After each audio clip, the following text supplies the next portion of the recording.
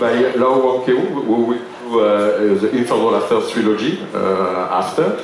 How did it happen? Because you were based in New York, and you shot this film in Hong Kong? I was based in Los Angeles at the time, I believe, and I auditioned for this movie, which I probably wasn't right for, and I got the part. I was thrilled, and I got on a plane, and you know, it's funny because at the time, I don't know if it's still the same, but because they translated into Mandarin and in Cantonese, they don't actually record sound. So when I was doing it, you know, it's as if we're... You were dubbed, or you dubbed yourself, or? I don't remember.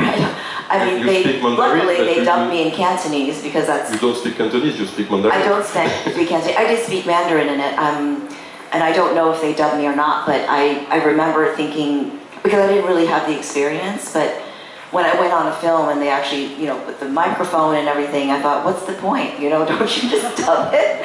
So I learned, you know, in a Hong Kong way how to make a movie, and it was so fast because even if you made a mistake, they just move on to the next take. Different from the US. Yes.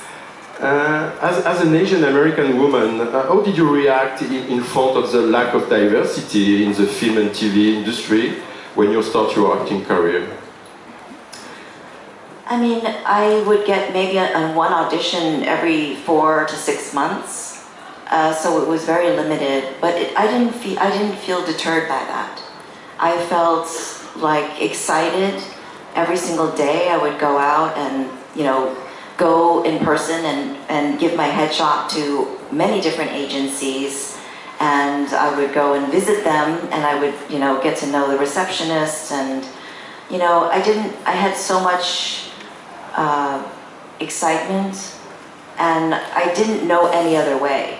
But I did know that sometimes when I got to know people that were, you know, not Asian, they were like, oh my God, this is my 10th audition in one day. I'm exhausted. I thought, 10th audition in one day? That's when I started to see the disparity between, you know, my,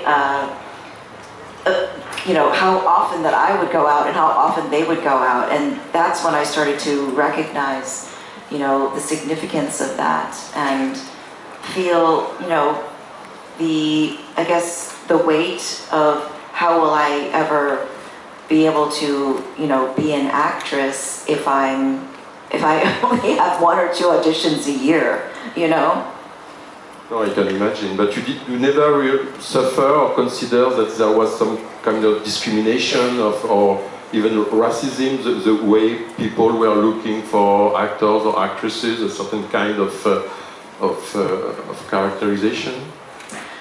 I mean, I was aware of it, but I don't think I learned about racism until I was actually in the business, ironically.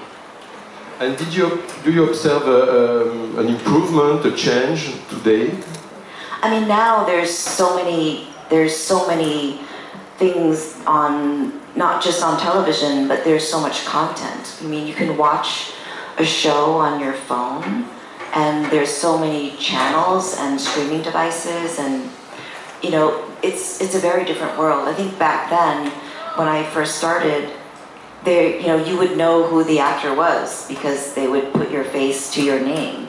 And now, like, there's just too many people to know, and there's too much content to keep up with. There's just I don't have enough hours in the day to see all of it and to, you know, live a life. So it's a different format and a different platform now for new actors and people in the industry, but it also gives you, you know, an opportunity to really train and do things, and also people can make movies on their iPhone. So it's a radical change.